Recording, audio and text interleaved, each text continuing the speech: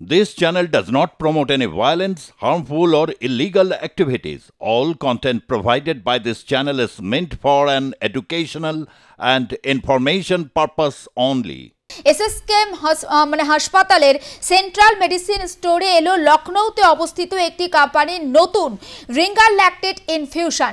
তবে পশ্চিমবঙ্গে যে ফার্মাসিউটিক্যালের তৈরি নিষিদ্ধ রিঙ্গার ল্যাকটেট স্যালাইন ছাড়াও অন্যান্য স্যালাইন এসে পৌঁছেছে।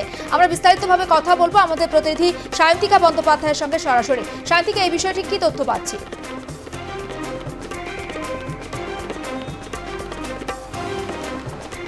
দেখো, অন্যান্য যে স্যালাইন এসেছে এমনটা নয়। বিষয়টা হচ্ছে যে পশ্চিমবঙ্গ ফার্মাসিউটিক্যালস এই মুহূর্তের সবথেকে বিতর্কিত সংস্থা এবং তার যে বিতর্কিত স্যালাইন তার বদলে যেটা এসএসকেএমে এলো, লখনৌতে অবস্থিত একটি কোম্পানির তৈরি নতুন রিঙ্গার ল্যাকটেট ইনফিউশন বা রিঙ্গার ল্যাকটেট স্যালাইন। রাজারহাটের ইন্ডিয়ান ড্রাগ হাউস কোম্পানির পক্ষ থেকে এই স্যালাইন সাপ্লাই করা হয়েছে এবং এই মুহূর্তে ছবিটা একটুখানি দেখাতে চাইব যে এখানে যেটা রয়েছে সেই পশ্চিমবঙ্গ ফার্মাসিউটিক্যালস এবং সেই যে সেই আরএল স্যালাইন। আমি বিনয়দাকে বলবো, বিনয়দা একটুখানি ক্লোজ করে ছবিটা দেখাও, একটু জুম করে।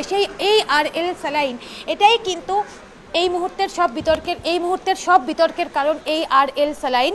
এবং সেই তুমি দেখতে পাচ্ছ এই পরিমাণ যে মজুদ ছিল, কিন্তু এত পরিমাণ স্যালাইন কিন্তু এখানে মজুদ ছিল এবং এখনও এই কিছুক্ষণ আগেই এই ট্রলিতে করে মাঝে মধ্যেই এই যে বাক্সগুলো দেখাচ্ছি তোমাকে, সেই বাক্স করে কিন্তু একদম ওয়ার্ড থেকে সেই স্যালাইন কিন্তু আসছে। অর্থাৎ আমি আরও একবার বিনয়দাকে একটুখানি ভেতরের ছবিটা দেখাতে বলবো যে কতটা পরিমাণ আরএল এখনও পর্যন্ত এসএসকেএমে ছিল, সেই ছবিটা কিন্তু নিঃসন্দেহে শিউরে ওঠার মতোই। কারণ যদি এরকম একটা ঘটনা না ঘটতো বা যদি স্বাস্থ্য দপ্তরের পক্ষ থেকে আরও একবার নির্দেশিকা জারি না হতো যে পশ্চিমবঙ্গ ফার্মাসিউটিক্যালসকে নিষিদ্ধ বা না ঘোষণা করা হতো, তাহলে এত পরিমাণ আরএল কিন্তু লাগাতার রোগীদেরকে দেওয়া হতে থাকতো। আমরা দেখেছি ঘটনার পরেও শনিবার এই এসএসকেএম হাসপাতাল থেকে যে ছবিটা উঠে এসছে সেখানে কিন্তু দেখা গিয়েছিল যে এই আরএল স্যালাইন কিন্তু দেওয়া হচ্ছিল রোগীকে এবং তারপর নতুন যে ব্যাচ বা নতুন একদম যে স্যালাইন, অন্য কোম্পানির যে স্যালাইন, সেটাও কিন্তু ইতিমধ্যেই এসে গিয়েছে, আসতে শুরু করেছে।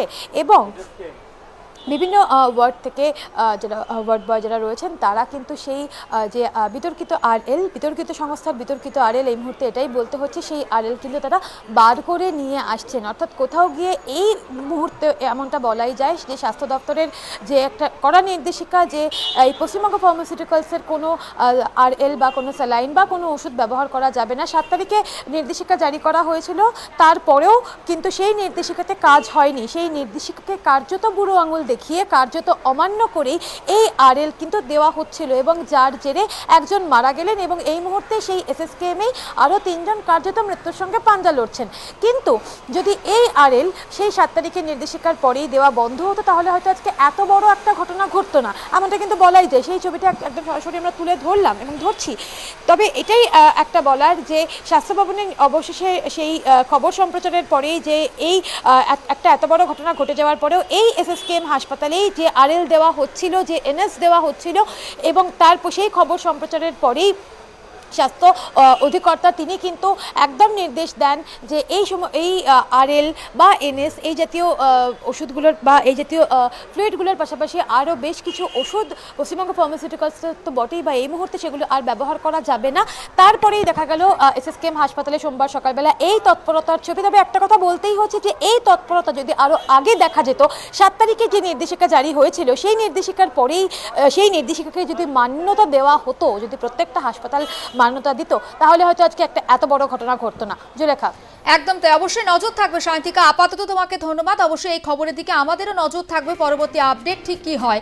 এবং সায়ন্তিকা দেখাচ্ছিল যে পরিমাণ রিঙ্গার ল্যাকটেট স্যালাইন এখনো পর্যন্ত বাইরে পড়ে রয়েছে। যদি নির্দেশিকা জারি হওয়ার পরই এই স্যালাইনের ব্যবহার বন্ধ হতো, তাহলে এত পরিমাণ স্যালাইন মজুদ ছিল।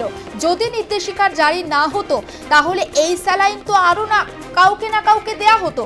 তাহলে যদি আরও বড় দুর্ঘটনা ঘটতো, তাহলে বারবার যখন কোনো একটা দুর্ঘটনা ঘটে তারপরেই কি এইভাবে সজাগ হতে হবে? এই প্রশ্ন কিন্তু থেকেই যাচ্ছে।